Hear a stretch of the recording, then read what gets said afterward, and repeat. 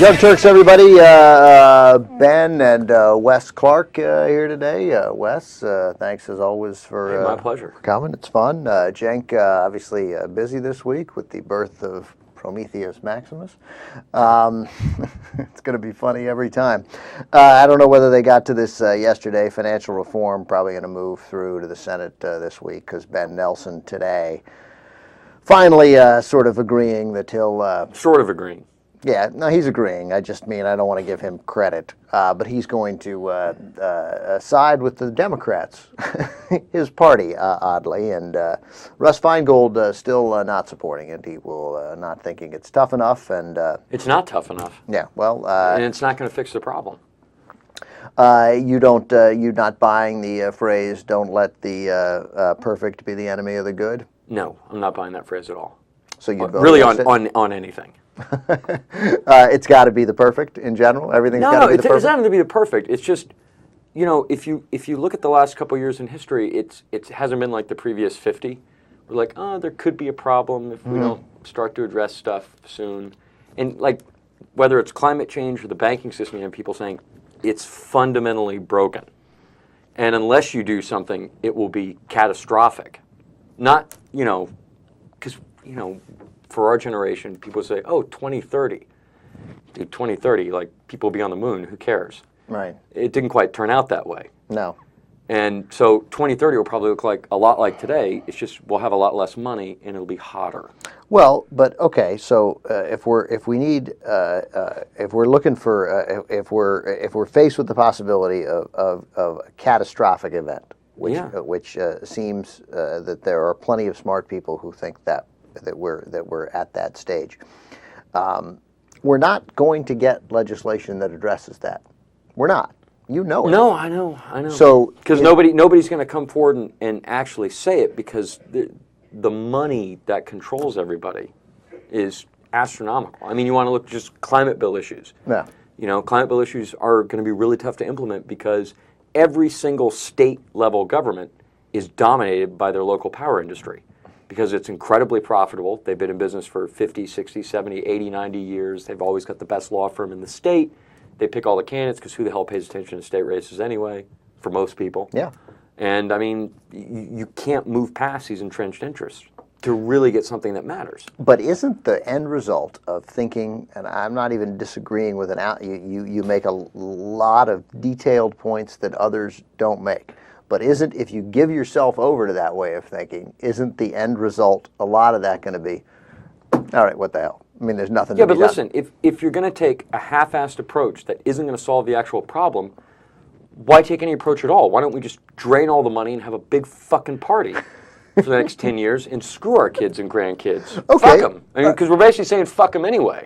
First of all, we're on XM. So. We're on XM, but at the same time, because of a recent, I think, Second Circuit ruling today, you can actually curse now on. Well, I believe specifically, by the way, that ruling says that being fined for allowing even a single curse. All right, well, it says even, so you're good. There you go.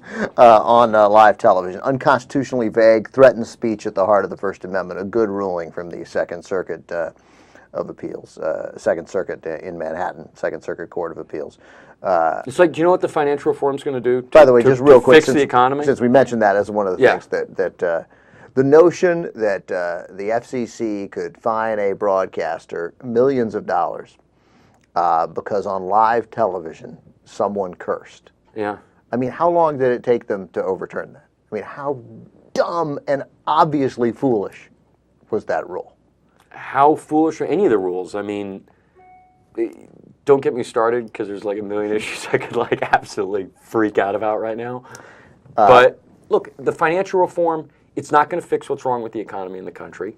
Nothing they're talking about so far is going to fix it. Nothing. Well, but I mean now we have plenty of people who are very concerned about the same things that you and I are concerned about, who think this is a good bill and worth doing and a good start. I mean, so it's not going to make a difference. It'll make no difference at all. It'll make no difference at all. Well, but then, so you would do what if you were in the Senate? Just say, well, there's a couple things you do. The first, I think, we should pull out of NAFTA and the WTO.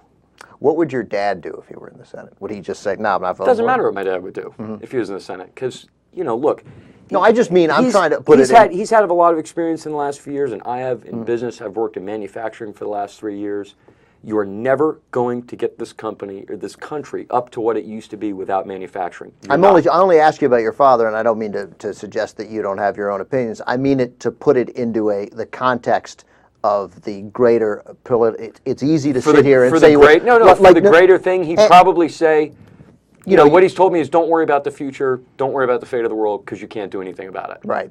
So he'd be practical. He'd be practical. Right. But the reality is it's past the time for practicality. I mean, what people don't understand when this winter they're looking at the Drudge Report and you'd have all these headlines of, you know, climate conference canceled because of snow. But, you know, it's not just that the Earth is going to heat up. That's not what's going to happen. It's going to heat up in some places and cool down in others. But what basically happens is your predictability of crops and rainfall and when you can harvest is screwed up. If you miss one harvest, that's it. Like, there's not going to be food. You keep going from story to story, and I keep trying to catch up with you. All right, catch up with me. No, so either this week or the end of last week, NASA announcing that we have had the hottest first 6 months ever everywhere in the world in the history of the world. Yeah.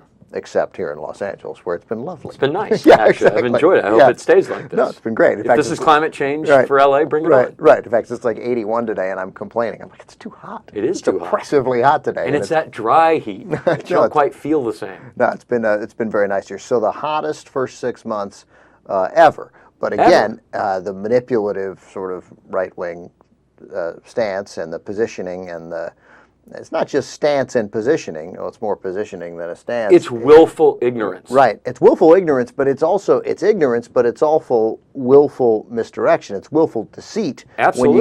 When you get the Drudge Report headlines and the sort of intentional blogging of, look at this, there's a climate meeting and it's snowing. I know. Like that makes a difference. I mean, most climate models have predicted that Western Europe will be far colder than it is now because it's going to change the currents of the ocean like the jet stream.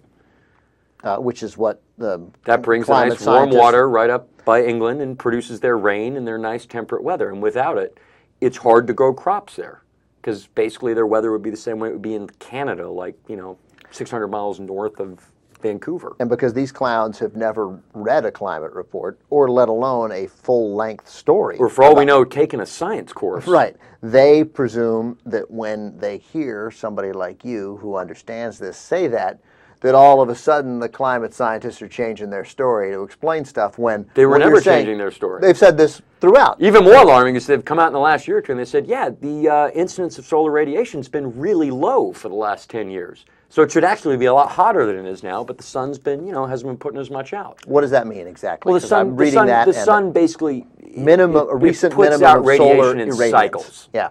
So you'll have 10 years where the sun is stronger, 20 years where it's weaker. I don't know the science as specific, just that it's been a lot lower lately than it has been, in the 1960s or 70s. So essentially that's been lucky for us. It's been lucky for us, and when it ends and you have more sunlight and more heat and more solar radiation coming from it, the Earth will heat up that much faster.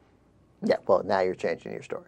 I'm not changing my story. No, I know. These are serious life and death issues. I mean, you don't have kids yet. Cenk just had kids. When that kid's 30 or 40 years old, dude, it's going to be 2050. And we're going to be really hurting as a country if we don't pull our heads out of our, rectums soon. Again, in case you missed it, first 6 months of 2010, the hottest across the world in recorded history. But to get on the economy, you have to have the government protecting aspects of American technology and industries. It's a must. I mean, mercantilism works. It's worked for China, it worked for South Korea, it worked for Japan. But then we're left, again, it seems to me, though, that with that unless there can be this big, giant, essentially sit-down where we go, you know what? We've essentially created a catastrophe post-war. Over the last 65 years, we have created a catastrophe, and we need to change everything. Over the last 20 in this country, okay, well, primarily. right. Since the 80s, we've created a significant catastrophe. or potential for economic catastrophe, which you and others see coming, and which I flat out just don't know enough about. But the people I trust Look at see it coming. this way. Let's say you have an industry that produces, I don't know, this is a pen, so it's not that technologically advanced, but let's say it takes some special material to make these pens. Let's call it ink. Let's call it ink. Or, it's some high-tech widget. Right. Okay, and you make them here. Like, for instance, we used to do with TVs and computers and everything else. Well, you kind of reach a critical mass where you have the people who can run the factory, they can run the shop floor, you've got the designers, you've got all these interrelated groups of people and set up with suppliers and everything else nearby so they can make the product. Well, once you've outsourced that and you've outsourced enough of the industry, you've lost all that human capital you've built up. And it's just been shipped overseas. So if you ever want to get back into that industry again, you're not going to be able to because you don't have the human capital to put it together. Right. We've done that with almost all of our industries in the last 15 or 20 years. Right. We've absolutely screwed ourselves. Because really, what was from really 95 on, I mean, it seemed to me, looking at the American economy, it was all about we were going to make money off our houses, strip clubs, and gambling. That didn't work out that well. No. I know it should be shocking, but, Right. it didn't. I tried very hard with 2 of the 3. I did my part. And it still Right. Shockingly, still didn't work. I don't know. I mean, I don't disagree with you. I don't disagree with Cenk. He has other thoughts on why we're at this moment of crisis.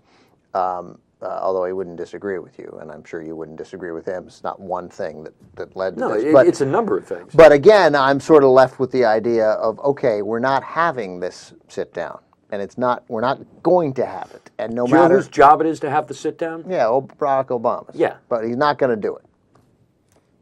I mean, so okay, then you're gonna vote for some. No, I'm still gonna Right. vote for Barack Obama because what choice do I have? Right. It's like everyone's like, how much worse Okay, could but it be? Well, you could not have electricity. That would be worse. All right, in that case, other than if you were in the United States Senate, other than screaming to the extent, and Russ Feingold has done a significant amount of screaming, and he's not voting for this, and he didn't vote to send it to the floor either. He stood with the Republicans on the filibuster, although he literally didn't stand with them. He just wouldn't vote with the Democrats.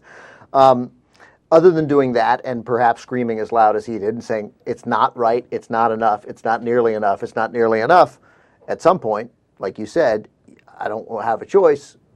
My thought is, okay, we got to do a little. We got to make some progress. You got to inch along in progress until hopefully you get to a point where maybe Barack Obama or maybe the next guy recognizes it too. Maybe political expediency collides with economic crisis. We and both know human nature, and that's not going to happen. Well, no, what I'm saying is what's going to happen is times will start to get really hard, and then we're going to find somebody whose fault it is, who had nothing to do with it.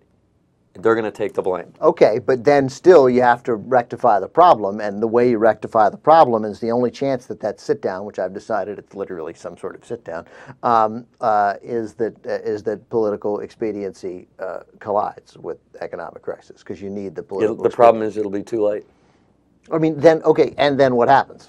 What we? Oh, by then it'll be too late. You won't have the money. You won't be able to do the infrastructure. No, you won't starve. It won't be like an instant thing. I mean, it'll be like any other country that's poor and is falling apart. Cuba needs to be painted. Yeah. So we'll need a tremendous amount of paint, but there'll be a decaying, like what we've seen. It's a slow decay. What we've seen in the biggest cities that have had no sort of resurgence, and Detroit has had like a little one. That the whole country sort of goes the way of Detroit. My apologies to no. the What people of Michigan. you'll have pockets of very wealthy people living in walled communities, and then everybody else. How do I get into one of those walled communities? Well, you got to hope this show does better than, Will people still want to see old movies? Because that's what's going to get me into that walled community. It depends on how old the movies are. All right. Well, anyway, this is now a crisis. I need to make sure that people still are interested in Casablanca. But for me, it gets me mad because I don't want to have to live in a country where the wealthy live in a walled community and everybody else outside is screwed. Because that's not the world I grew up in. No, of course not.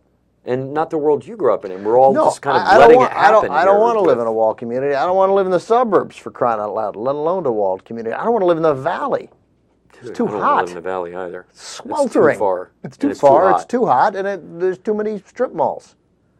I mean, there are plenty on the other side, but I want to live where, you know, people live, and they go and they have coffee And they you walk. see other people and they walk around. They walk, that would be on the nice. street. It would be nice. Yeah.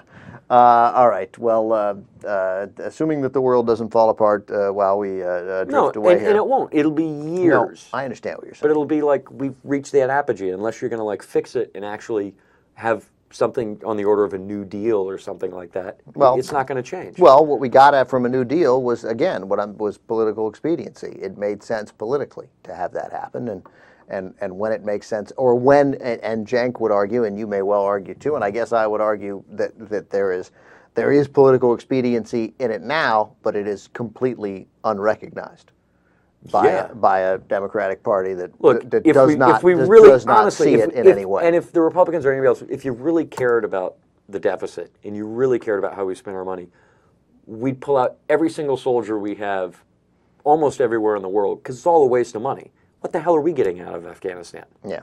Or Iraq? Nearly $700 billion, the defense Just budget. Billions of dollars blown on nothing.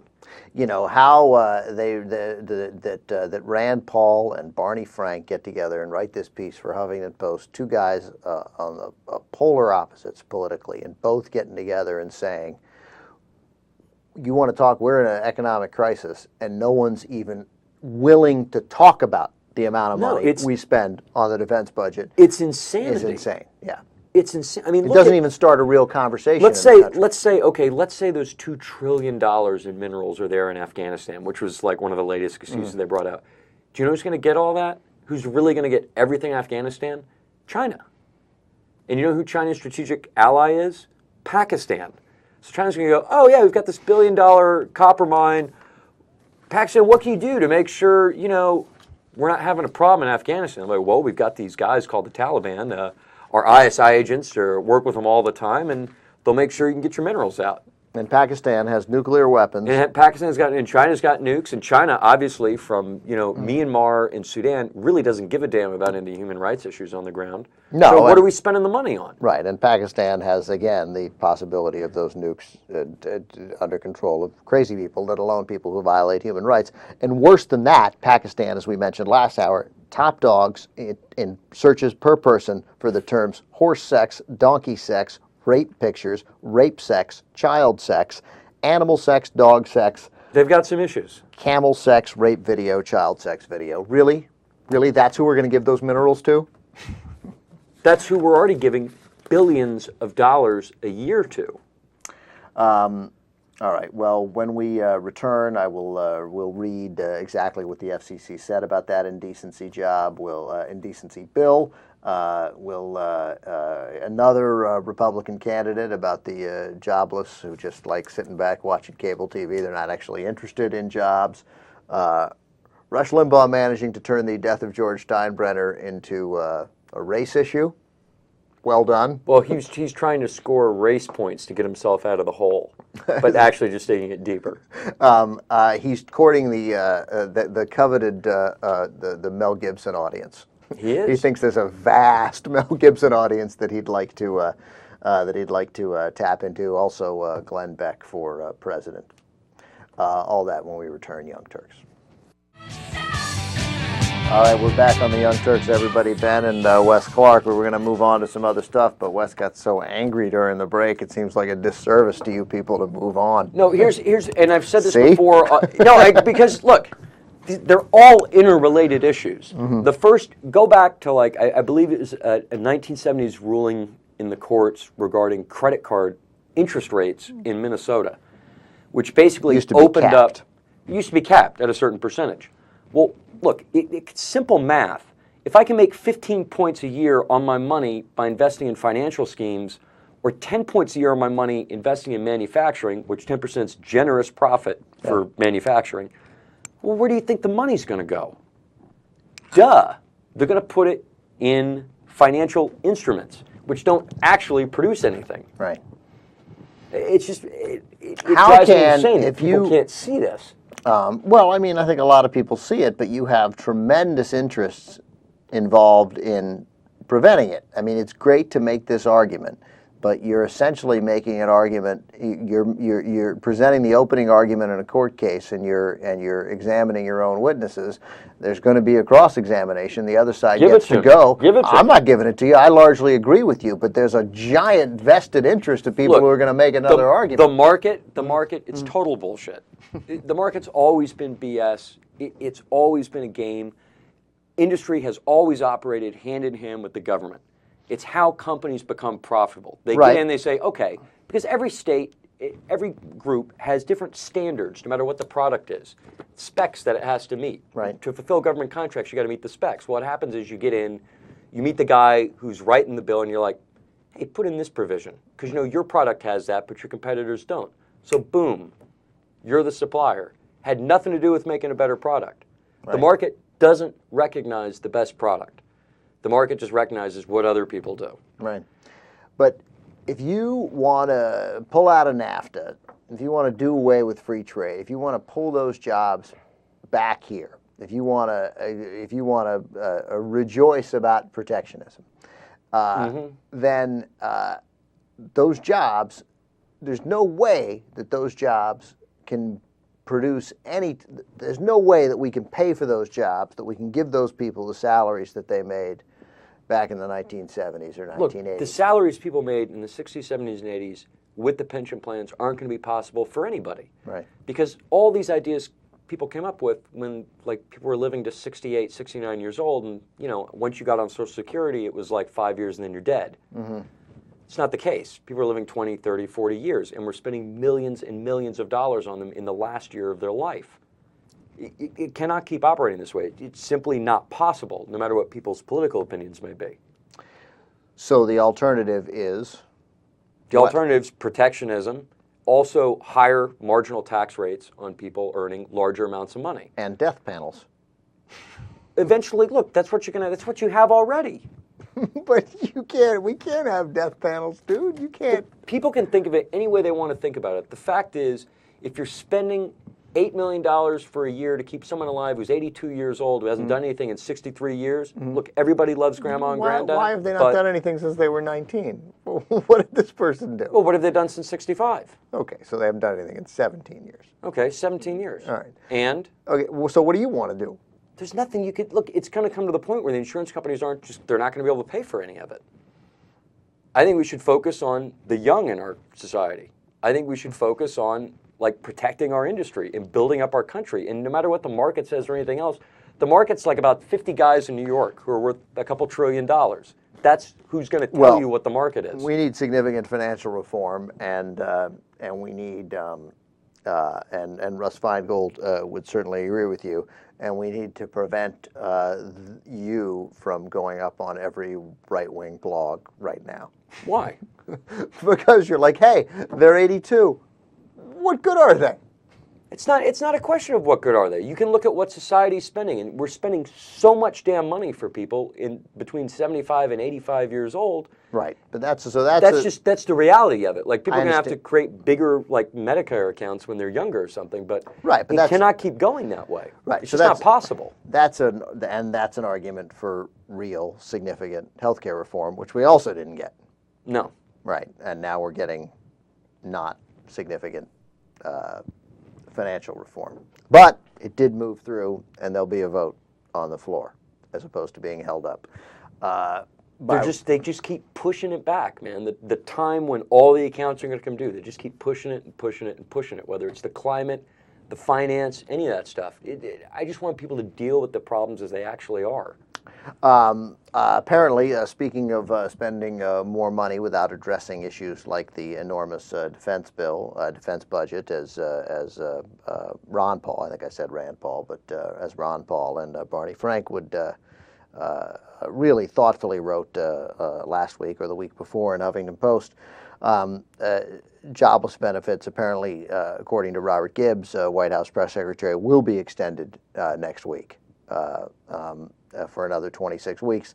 Republican Attorney General Tom Corbett of Pennsylvania, who's running for governor, again, following a theme that many Republicans have uttered as they've held up the extension of jobless benefits, said, "I've literally had construction companies tell me I can't get people to come back to work. They say, we'll come back when unemployment runs out."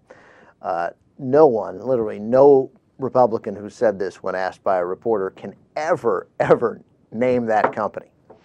It's all sort of the notion that there's such public sentiment for reducing the deficit, that the notion that extending unemployment benefits is just, oh my God, this is the one thing we can't afford while we let the defense budget.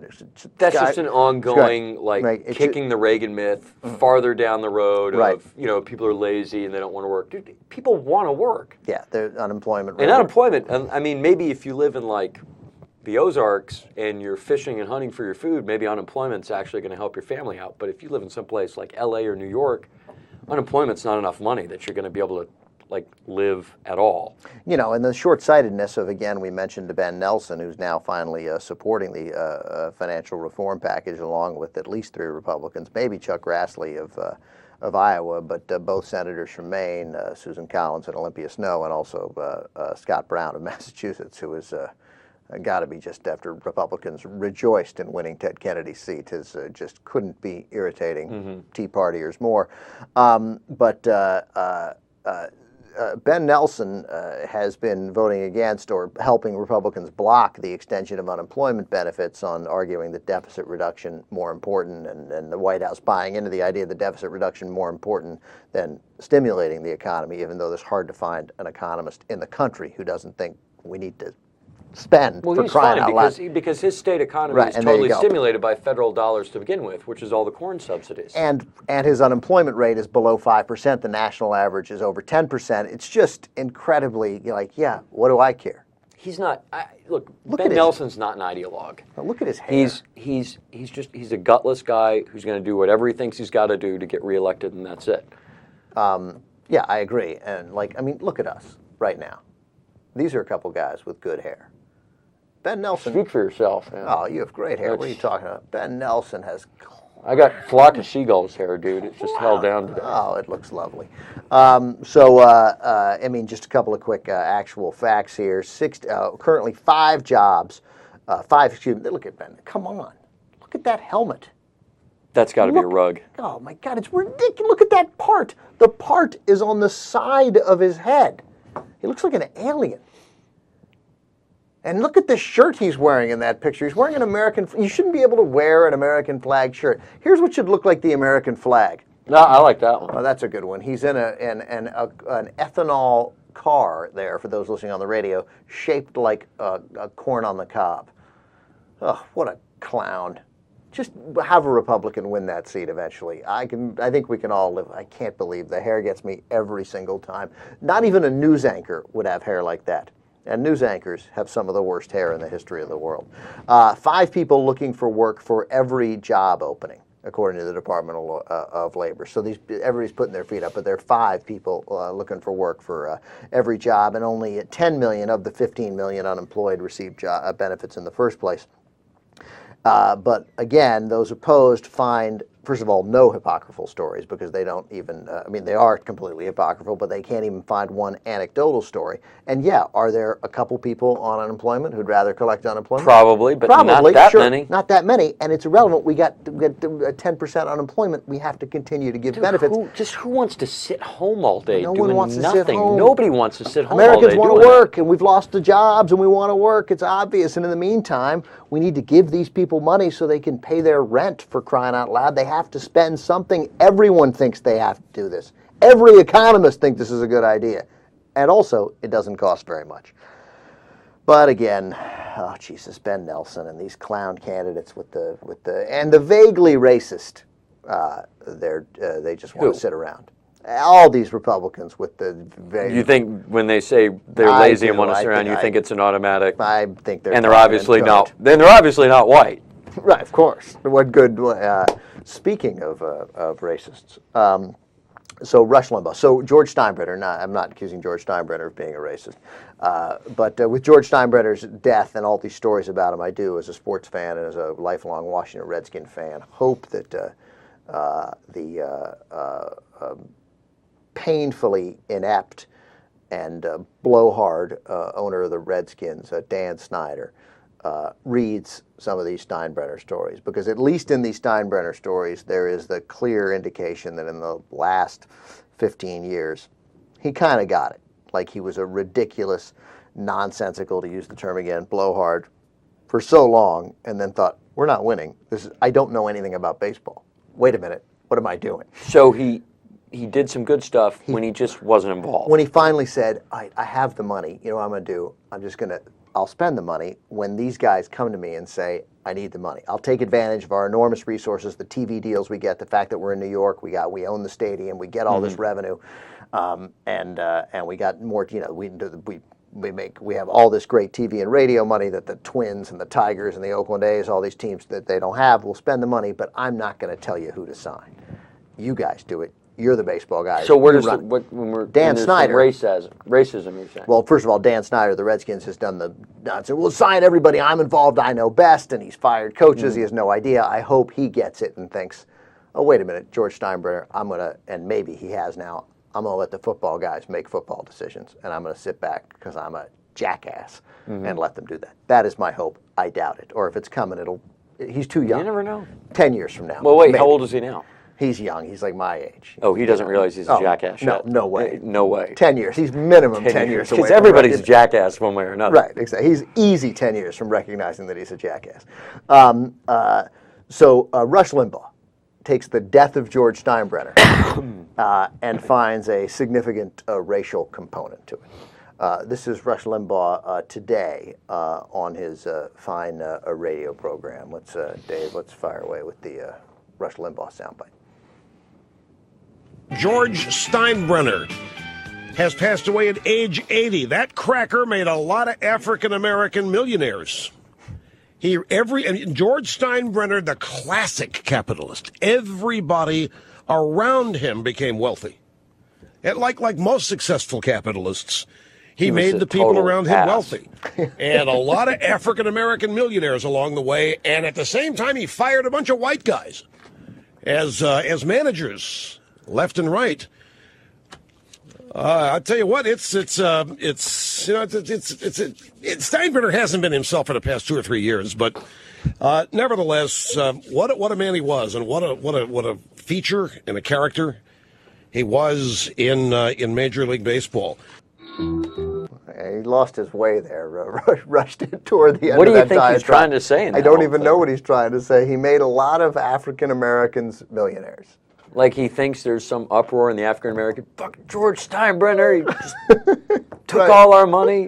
What's his point? What's the point? But unless you think I'm a racist, he also fired a lot of white guys. Yeah. Yeah. Okay. I don't know what is there. Am I missing something? Anybody out there have an idea of what the structure with that is? Jesus, big baseball fan, shaking his head. Dave, any idea where? What's he reaching for on that? Rush Limbaugh is reaching for there? Was that a Rush Limbaugh fig leaf to non-white people everywhere? I mean, what was it? Was he reaching out? Was he trying to please his black brothers there? What? I don't even understand it. I'm trying. I almost have it together in my head, but there is a language of Rush Limbaugh that you have to understand. You have to listen to it a lot. Yeah, well, we're not going to listen to it a lot. That's that crack. First of all, I don't think of George Steinbrenner as a cracker. No, I don't. I mean, can you be Jewish and a cracker? Yeah, I think so. Sure. Really? Not many. I'd like to think a couple of my Jewish brothers are crackers, just because I like to think that we're all different types of people. All right. He's saying that just because you're a rich white guy doesn't mean you're racist or bad for black people. Yeah. Okay, but no one thinks that. No one was saying. No one was saying that to begin with. Right. Exactly. Well, they say it about him, Rush. Right. No one was like, "Oh my God, death of." Yeah, but you can't. But you also you can't have ever listened to this guy's show or read his books and not think he's racist. Yeah, I mean, it's absolutely clear. Yeah, right. Just George Steinbrenner's not the racist, Rush. You are. All right. So anyway, that was Rush Limbaugh. Then when we come back, we'll do a little. But he probably doesn't think he's a racist. Oh, I'm sure he doesn't. I'm sure Mel Gibson doesn't either. No. Yeah. No. Like I said, I got black friends. What are you talking about? Yeah. Come on. Interesting Glenn Beck for president idea. I like that. And if we can get to it, was BP responsible for liberating the Libyan terrorist who downed Pan Am Flight 103, just as if things weren't bad enough for BP. For BP. We'll be right back. Back in the Young Turks, Ben and West, speaking about great hair, Rick Springfield. That guy has he have some big hair, didn't he? He had some good, solid, thick, solid head of hair. Are you worried? Do you think? No, like my grandfather. You got a lot of hair. I just cut it too. I had flowing, beautiful hair. My mom's dad, my grandfather, died at like age 81 or 82 with a mane. So really? Yeah, I think I'm good. All right. Yeah. No, I only bring it up. Ben Nelson had me. It's still on the brain. Yeah, totally. Ben and Rick.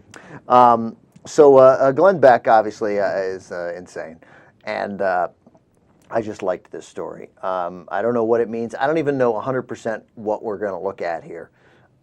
It's very visual, but you'll certainly be able to follow it on the radio. This is a woman who.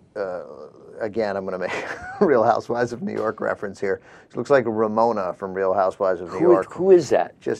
I can't explain it. Just one of the Real Housewives who walked the runway, and his huge bulging eyes. And this woman has giant bulging eyes and a cowboy hat and a sickening amount of makeup. Okay.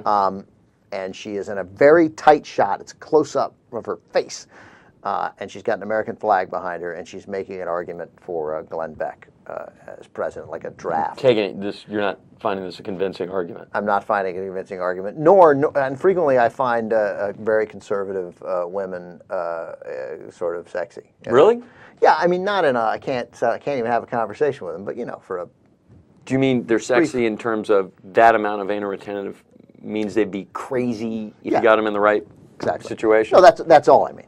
Okay. That's all I mean. Couldn't even have dinner with them. Well, how are you going to get to that next level without the dinner? Wes, it's a conundrum. All right. But this woman is freakish. There's none of that. So take my word for it, those listening and those here at theyoungturks.com.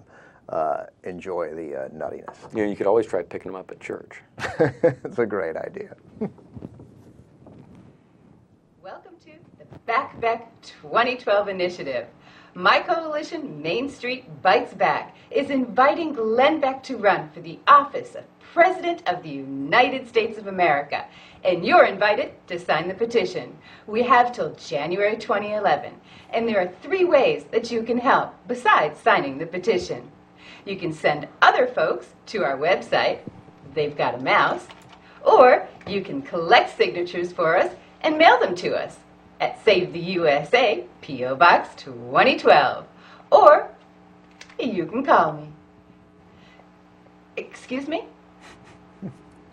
What did you say? Nothing. Glenn Beck doesn't want to be President of the United States? Neither did George Washington. And look how that turned out. Wow. Yeah. Well, she makes a great point there at the end, doesn't she? Really, and with that kind of logic, which is the logic that's been driving like 30% of the electorate forward year after year, I mean, maybe he's got a shot. She's freakish looking.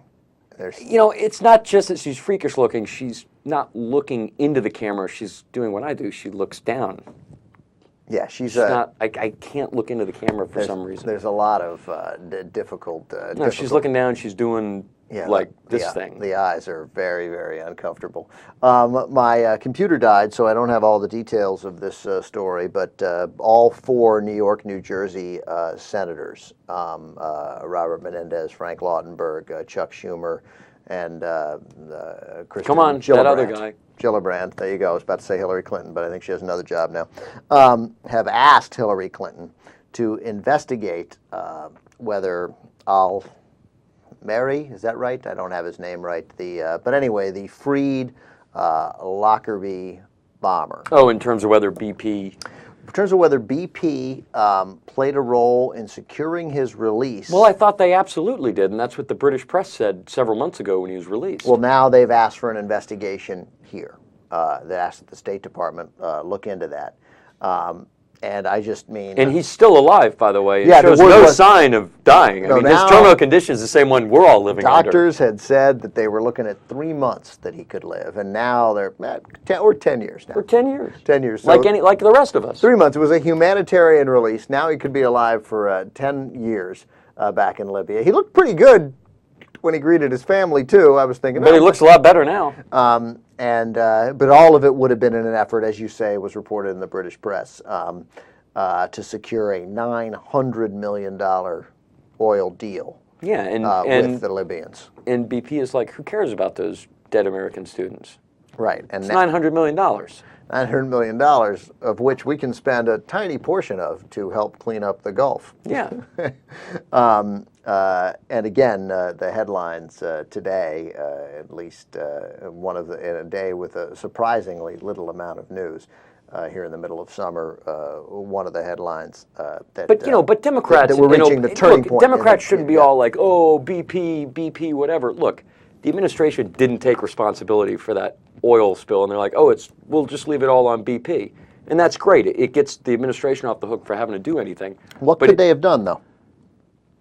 Well, they could have taken charge of the cleanup, and instead of having BP take charge of it, so they can physically keep people away from the spill and figure out how big it is or what it's actually damaging, for starters. Right, and now there's a hoarding of documents that the government is involved in, so that essentially BP hoarding documents and the government hoarding documents, and now equally hard to get anything from anybody. Do we have the capacity to do the cleanup? Or the government doesn't have capacity to do anything. Right. I mean, it got rid of its science board and everything else years ago.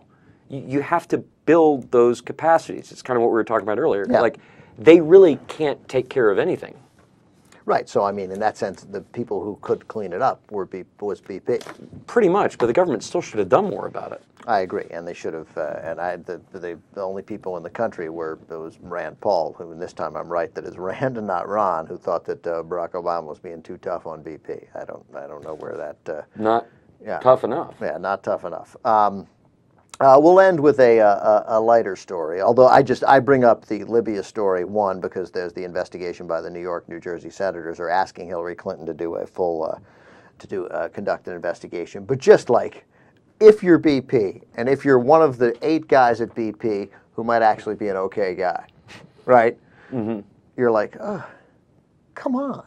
Dude, I'm sure there's a lot of okay guys at BP. It's just when they're looking at the math and look at the numbers, they're like, they don't see what they're doing. Like, what do we care whether this guy dies in prison or dies harmlessly in Libya? This is $900 million. We can put a lot of people to work if they want to justify it. That's what they're thinking.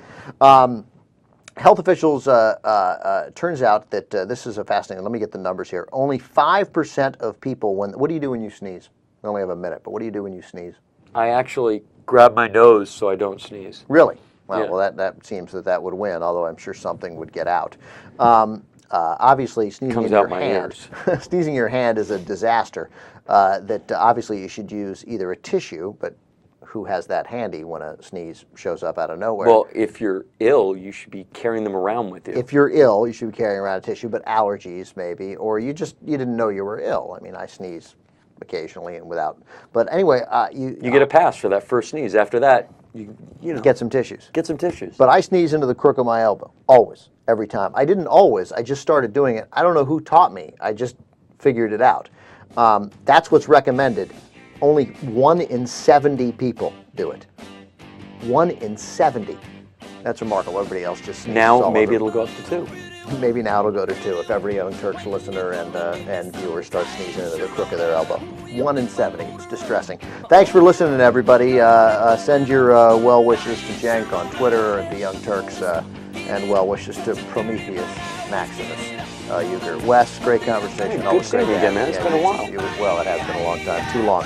All right, everybody, stick around. I mean, don't stick around, but come back tomorrow. Young Turks.